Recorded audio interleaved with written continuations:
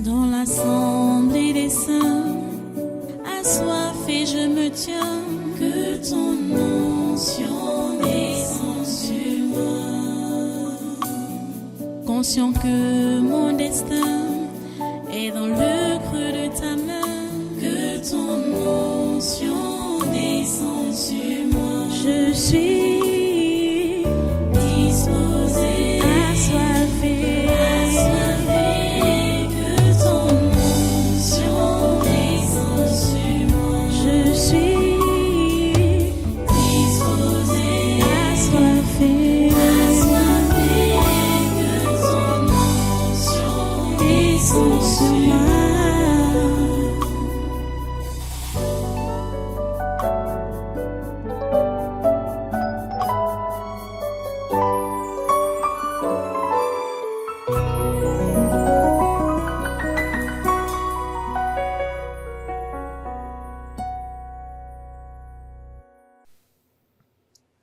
Matthieu chapitre 23, à partir du verset 29. Matthieu chapitre 23, à partir du verset 29. Nous lisons: Malheur à vous, scribes et pharisiens hypocrites, parce que vous bâtissez les tombeaux des prophètes et ornez les sépulcres des justes. Et que vous dites, si nous avions vécu du temps de nos pères, nous ne nous serions pas joints à eux pour répandre le sang des prophètes. Vous témoignez ainsi contre vous-même que vous êtes les fils de ceux qui ont tué les prophètes. Comblez donc la mesure de vos pères, serpents, race de vipères. Comment échapperez-vous au châtiment de la géhenne? Prions le Seigneur. J'ai lu jusqu'au verset 33.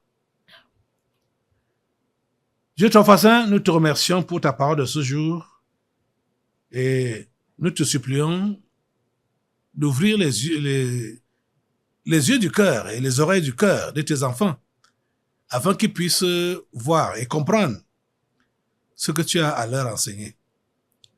Seigneur, s'il te plaît, fais-le au nom de Jésus-Christ de Nazareth. C'est notre prière. Merci, Père Saint, pour tout ce que tu fais pour nous. Merci pour tous tes enseignements, pour tous tes conseils. Merci pour toutes tes réprimandes.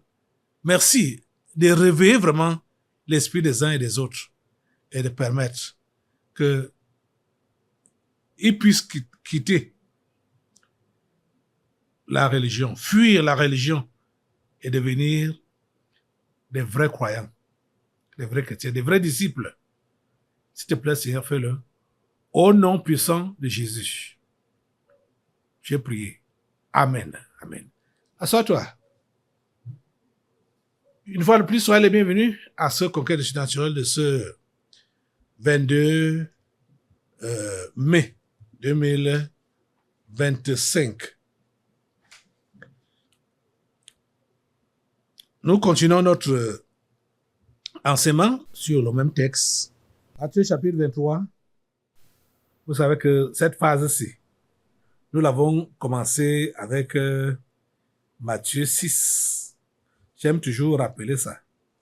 Parce que quand nous sommes ici là et nous sommes à la continuité d'un message, ceux qui viennent de nous prendre ne peuvent pas savoir ce qui se passe. Où est-ce que nous allons, d'où nous venons et où nous allons. Matthieu chapitre 6, verset 1 dit: Gardez-vous de pratiquer votre justice devant les hommes pour en être vus. Autrement, vous n'aurez point de récompense auprès de votre Père qui est dans les cieux. Donc, la chrétienté des apparences, la religion. Jésus interdit de faire la religion. Si tu viens de nous prendre maintenant là, c'est bon que tu suives tout l'enseignement depuis le commencement. Parce que quand tu entends ce que je dis là, tu vas donc dire que, mais au fait, qu'est-ce qu'on fait donc? Les religions là sont là pour faire quoi? La religion ne t'amène pas au ciel. Oh. Tu dois comprendre ça. Et les religions ou les religieux ont des caractéristiques qui leur sont propres. Un religieux est différent d'un croyant authentique, d'un chrétien authentique. Le religieux, c'est celui-là donc qui fait dans les apparences pour qu'on puisse le voir et qu'on puisse l'apprécier. Il ne fait pas ça pour Dieu. Et n'oubliez pas que nous sommes en train d'enseigner sur la vie chrétienne normale. C'est le thème de l'enseignement général. C'est la vie chrétienne normale. Donc, le chrétien n'a pas besoin de faire la religion ou de faire comme les religieux. Jésus a réprimé ce comportement tout au long de ce passage de Matthieu 23 que nous sommes en train de vouloir finir peut-être aujourd'hui. On a donc vu maintenant que Jésus parle des religieux comme étant ceux-là qui sont en train de construire les sépulcres, qui sont en train de construire, de bâtir les tombeaux, même les tombeaux des prophètes. Vous avez vu ce qu'on a fait au Nigeria? Le tombeau de Tibi Joshua. C'est dans une maison, hein? Ils ont fait dans une maison, carrelée, propre. Nyanga jusqu'à. Jésus dit, malheur à vous, scribes et pharisiens, hypocrites, parce que vous bâtissez les tombeaux des prophètes et ornez les sépulcres des justes. Les amis, je ne vous apprends rien. Vous savez que ce que Jésus dit là est ce que l'Église catholique, ou je veux dire la mission catholique, fait tout le temps. Je crois que ça doit être le 1er novembre. Ils ont leur fête là qu'ils appellent Toussaint.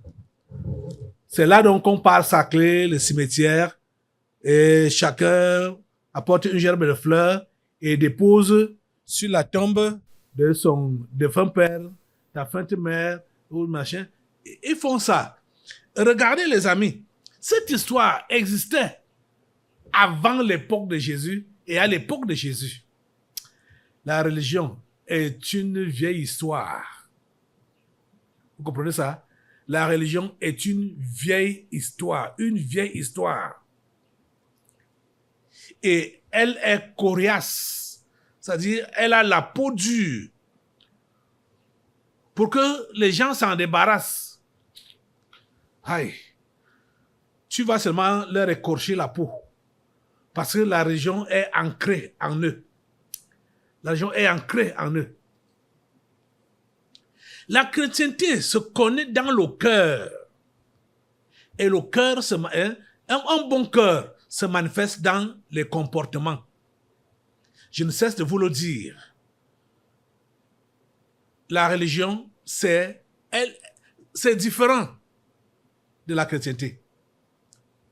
La religion, c'est dans les apparences. Les apparences. Les apparences. Mais la chrétienté véritable là, c'est dans le cœur. Et quand c'est dans le cœur là, vous allez voir, le comportement va se manifester sans faire de tapage, sans faire du bruit. Ça se voit, ça se lit, ça se comprend naturellement. Vous comprenez ça? Mais malheureusement, nous avons plein de religieux qui eux-mêmes croient qu'ils sont des chrétiens authentiques. Pourtant, ils sont loin de l'être. Ils sont loin de l'être. Ma prière à Dieu, ma demande au Saint-Esprit, c'est de continuer à convaincre les cœurs. Parce que, au fur et à mesure que l'enseignement évolue, je reçois du courrier des uns et des autres, où maintenant, certains disent, que c'est maintenant qu'ils comprennent qu'ils étaient dans la religion. Ils se répandent, ils veulent vraiment se convertir et tout ça. Ma prière est que vous soyez vrai et que votre conversion soit authentique. Si vous avez remarqué que vous fonctionniez avec l'esprit de la religion, ici, là, ce n'est pas la religion que j'enseigne. J'enseigne la chrétienté authentique. Et comme on voit l'autre jour, la chrétienté authentique demande d'abord que tu sois miséricordieux. La miséricorde. Donc l'amour. Ce n'est pas que tu vas donner tes dîmes, tes offrandes, même des herbes. Tu comptes ça, c'est-à-dire minutieusement pour savoir quelle quantité doit revenir à Dieu comme dîme, comme offrande et tout ça là. Alors que tu n'as pas de l'amour. Alors que tu es haineux, tu es haineuse. Ça ne vaut pas la peine. Ça ne vaut pas la peine, les amis. Écoutez comment Jésus commence les propos quand il parle à ces gens. Il dit malheur à vous. Il parle aux religieux. Il dit malheur à vous. Malheur. Ah. Ce n'est pas Jésus qui les maudit. Hein? Jésus est en train juste de proclamer l'état dans lequel ils sont. Parce que ce sont eux-mêmes qui ont appelé leur malédiction sur eux. Ce sont eux-mêmes. Et il y a un adage populaire qui dit que on se couche d'après comme on a fait notre lit. Donc si tu arranges bien ton lit, bon, tu vas bien te coucher. Si tu n'arranges pas ça bien, tu vas aussi te coucher. Mais pas bien comme si tu l'avais arrangé.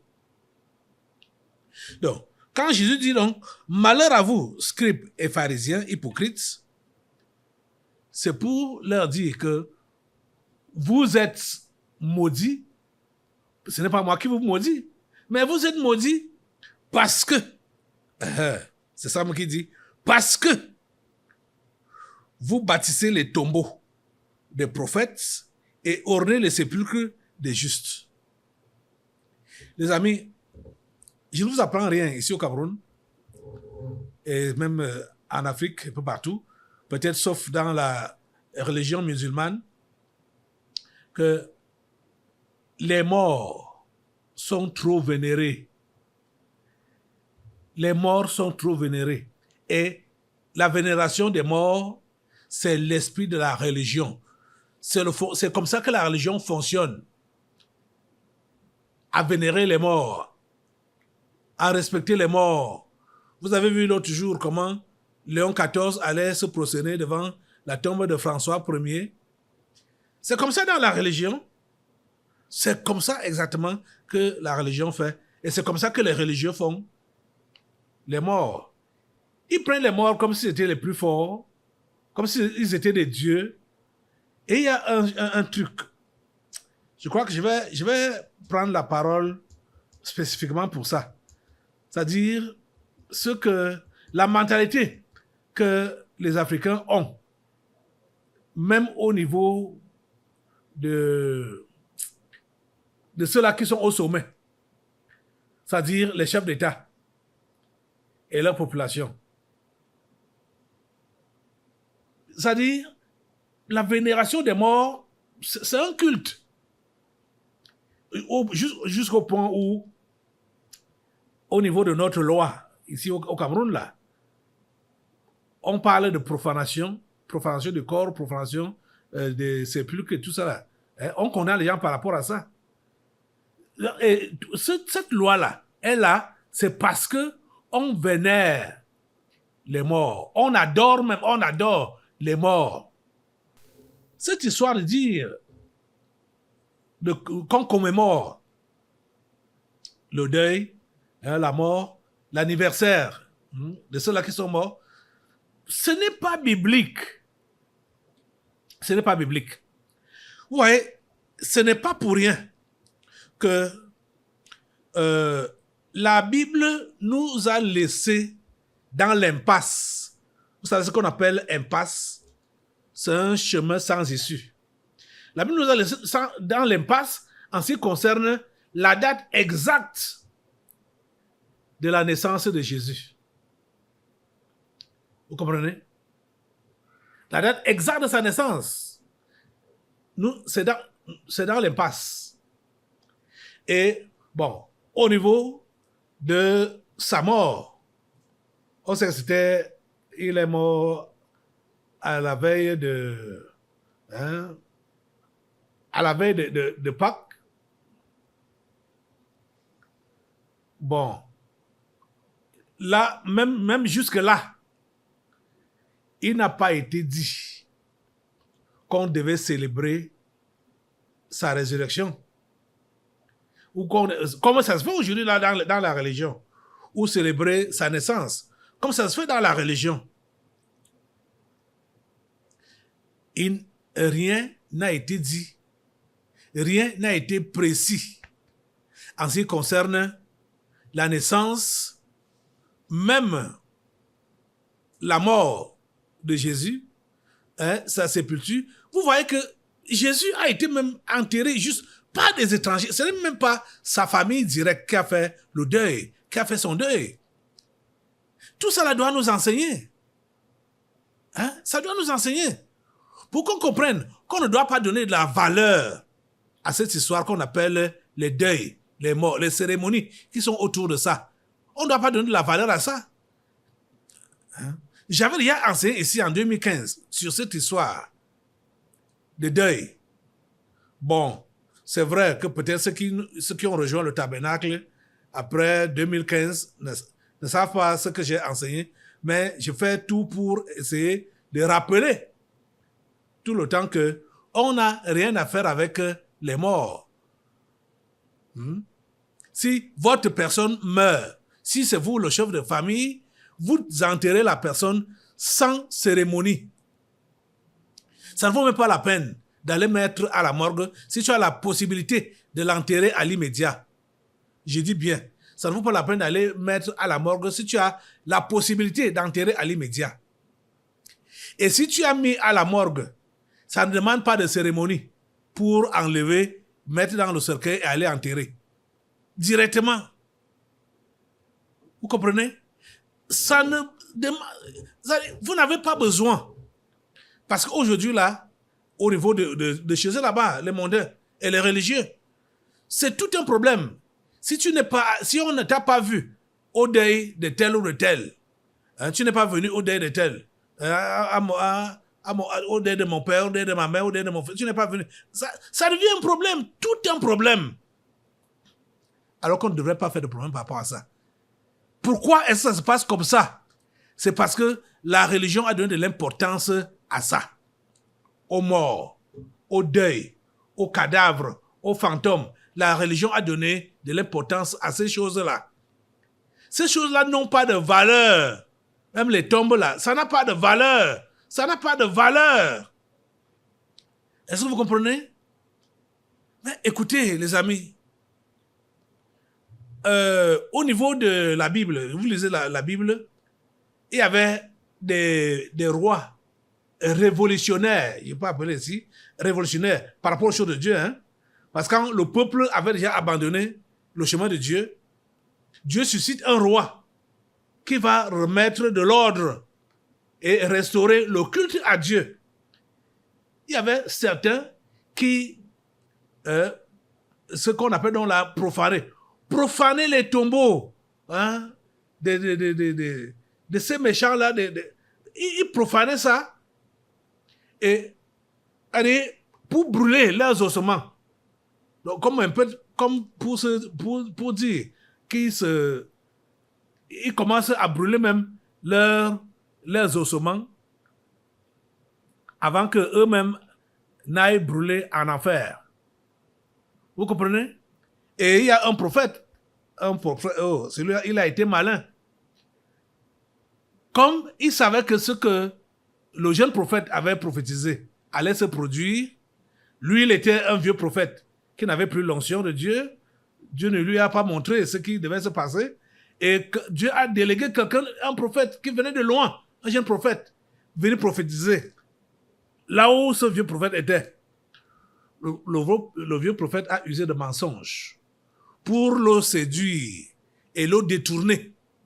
Comme Dieu avait dit à ce jeune prophète de ne pas manger dans ce lieu-là, de ne même pas rester dans ce lieu-là, de ne pas s'asseoir, de ne rien faire, de ne rien avoir avec ces gens-là. Mais ce vieux prophète a envoyé ses enfants, du moins, il a tout fait pour détourner le jeune prophète en lui mentant qu'il a eu la révélation de Dieu qu'il doit faire revenir ce jeune homme. Vous vous rendez compte? Et le jeune homme est tombé dans le piège. Et comme il a désobéi, Dieu, lui, il tient sa parole. Hein? Comme ce jeune homme a désobéi, il a été tué par un lion en rentrant. Mais, vous savez ce que le vieux prophète a fait? Il a dit à ses enfants, quand je vais mourir, le vieux prophète a pris soin d'enterrer le jeune prophète. Quand il est donc resté avec ses enfants, le vieux prophète, il a dit à ses enfants que quand je vais mourir, enterrez-moi dans le même sépulcre que ce prophète. Parce que ce qu'il a dit là va se réaliser. Vous comprenez ça? Il a dit ça, il a donné des consignes à ses enfants et ses enfants ont exactement fait comme il avait dit. Donc, le jour de la profanation des tombes alors, dans cet endroit, on est arrivé à un sépulcre. Le roi a remarqué que c'était un sépulcre spécial. Il dit, mais qui repose là? On dit que c'est celui qui a prophétisé exactement ce que tu es en train de faire là. Voilà son sépulcre. Il a dit, ne touchez pas, ne le touchez pas. Et en épargnant le sépulcre de ce jeune prophète, voilà comment les ossements du vieux prophète ont été aussi épargnés. Vous voyez ça? Il a usé de ruse. Mais lui n'était plus dans les voies de Dieu. Donc, vous voyez, aujourd'hui, comme je vous ai dit, notre loi, ici au Cameroun, condamne la profanation des sépulcres, la profanation des corps. Ça condamne ça. Vous voyez? Parce que c'est enrobé de l'esprit de la religion. C'est enrobé de l'esprit de la religion. La religion n'est pas une bonne chose. La religion n'amène pas vers Dieu. La religion, c'est la formalité. La religion, c'est le paraître. Le paraître. Comprenez? Les apparences. C'est ça. Donc, le religieux est prêt à se dépenser pour un mort. Pourtant, quand celui-là était encore vivant, il ne lui a rien donné. Comme argent, comme nourriture, comme habit. Il ne lui a rien donné. Mais c'est quand il meurt qu'il met les millions en jeu. Ça veut dire quoi? Ça sert à quoi?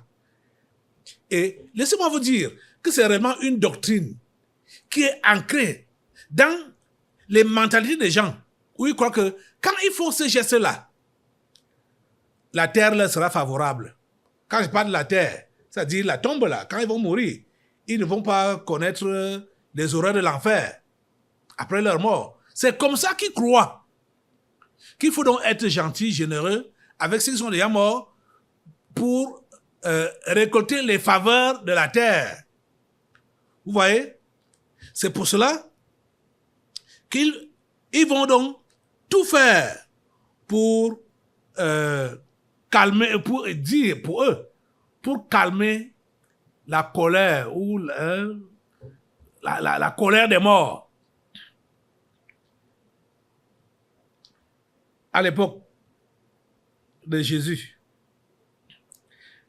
les religieux avaient eu d'habitude de bâtir les tombeaux des prophètes et de orner les sépulcres des justes. Ça se passe aujourd'hui. Et vous voyez que aujourd'hui, on ne regarde plus que c'était un juste, c'était un prophète. C'est devenu une tradition que dès que quelqu'un meurt, on l'enterre, il faut décorer son sépulcre. Il faut bâtir. On bâtit, on construit. On construit la tombe, on construit même une maison sur ça. Ah, l'histoire là est souvent bizarre. Hein? Vous allez voir que j'ai vu là-bas dans un village, le monsieur là est mort, on l'a enterré, on l'a mis dans la tombe et sa veuve, une sorcière, une vraie sorcière, est venue maintenant bâtir son tombeau en mettant les carreaux. Pourtant, ils habitent, et ce monsieur-là a laissé la maison où ils habitent en mode de terre. C'est en terre battue. Mais le tombeau est carrelé. Et ça se passe comme ça dans plusieurs villages, dans plusieurs coins, ici au Cameroun. On arrange bien la tombe, mais les maisons où les gens qui vivent encore, les maisons des gens sont à vous prêts à tomber, mais les tombeaux sont bien arrangés. C'est ça qui se passe. Et ça m'étonne que ceux-là qui disent qu'ils sont devenus chrétiens, croyants, leur mentalité n'a pas changé par rapport à ces histoires de deuil, ces histoires de tombeaux, arrangement des tombeaux, ces histoires de vénérer les morts. Ça ne change pas. C'est vrai que ça prend du temps. Mais vous autres qui êtes au tabernacle de la liberté, vous n'avez pas de raison. Moi, je n'avais pas vite compris cette histoire. Je n'avais pas vite compris ça. Mais Dieu m'a donné la grâce de comprendre et maintenant de me placer comme la sentinelle pour vous avertir que les amis, ce n'est pas bon de faire ça. Ce n'est pas bon de faire ça. Les cérémonies qu'il y a là autour ce n'est pas bon de faire ça. Ça, vous savez, la religion a fait ça pour avoir de l'argent. Comme ils font tout pour estorquer un peu de l'argent dans des familles, chez les gens et tout ça là. C'est pourquoi, même au niveau des deuils là, ils ont organisé toutes les cérémonies tout autour pour avoir de l'argent. Ce n'est pas bon. Vous autres, ne tombez pas dans ce piège-là. On n'est pas venu au deuil de ton père, de ta mère. On n'est pas venu au deuil de ton enfant, de ta femme, de ton mari et consort. Ça sert à quoi? Ça sert à quoi? C'est la même chose avec les mariages ou les cérémonies. Hein? Toutes ces cérémonies vaines là, ça sert à quoi? Ça ne sert à rien. Et franchement parlant, si toi, tu gardes dents ou tu gardes rancune à quelqu'un parce que la personne n'est pas venue à un deuil qui était autour de toi ou n'est pas venue à une cérémonie qui était autour de toi, ça veut dire que tu es juste un religieux. Tu ne comprends rien. Tu ne comprends rien. Tu es un religieux et tu dois changer. Tu dois changer. Je te dis, malheur à vous, scribes et pharisiens, hypocrites, parce que vous bâtissez les tombeaux des prophètes et ornez les sépulcres des justes. Vous voyez que ces gens même, dont ils s'occupent des tombeaux et des sépulcres, ces gens-là, quand ils étaient en vie, ils leur ont rien fait. Et ils n'ont rien fait à ces gens pendant qu'ils vivaient. Mais c'est quand ils sont morts qu'on part dépenser de l'argent pour arranger leur tombe. On dépense de l'argent pour orner leur sépulcre. Vous voyez? Et pendant même, ce sera pendant soit le deuil, ou après, où les gens, et que vous dites, si nous avions vécu du temps de nos pères, nous ne nous serions pas joints à eux pour répandre le sang des prophètes. C'est un mensonge. Parce que, bon, ici, on peut prendre ça dans un autre contexte. Vous allez voir, les gens qui pleurent beaucoup lors d'un deuil sont même des criminels, des meurtriers. Une fois au village, des jeunes sorciers comme ça avaient tué leur maman, avaient mangé leur maman. Celui qui l'avait même, fini était celui qui pleurait le plus. Cassant les bananes, les bananiers. Il pleurait, hein, cassant les bananes. Oh ma mère, oh ma mère, oh ma mère.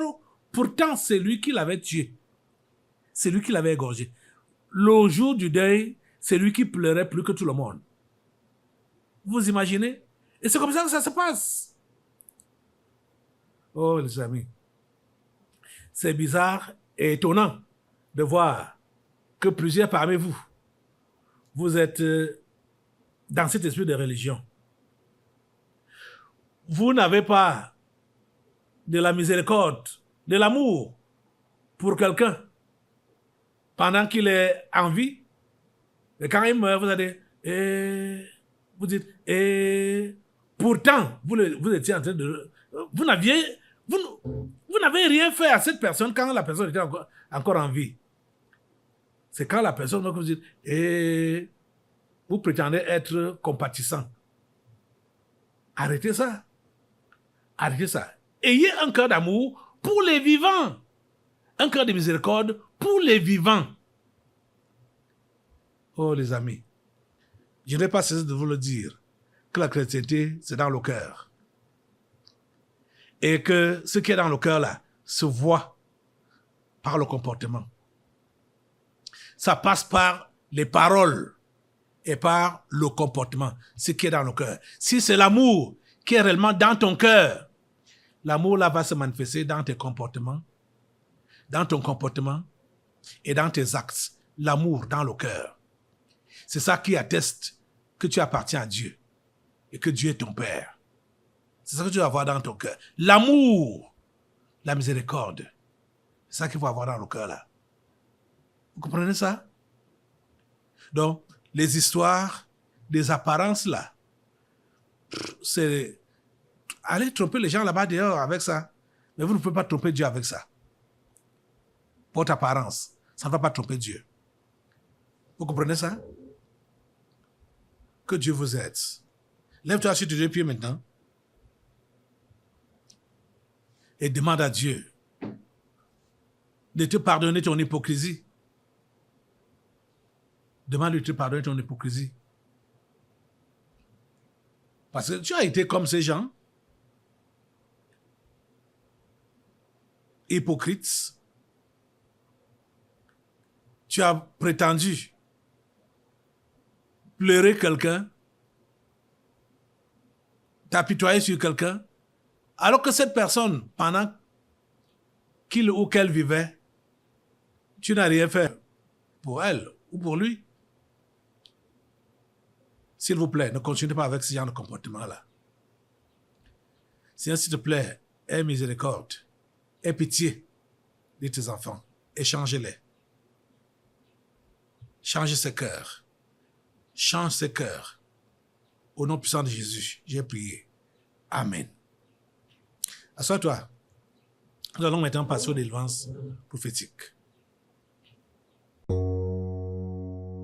Dans l'assemblée des saints, assoiffé je me tiens, que ton onction descende sur moi. Conscient que mon destin est dans le creux de ta main, que ton onction descende sur moi. Je suis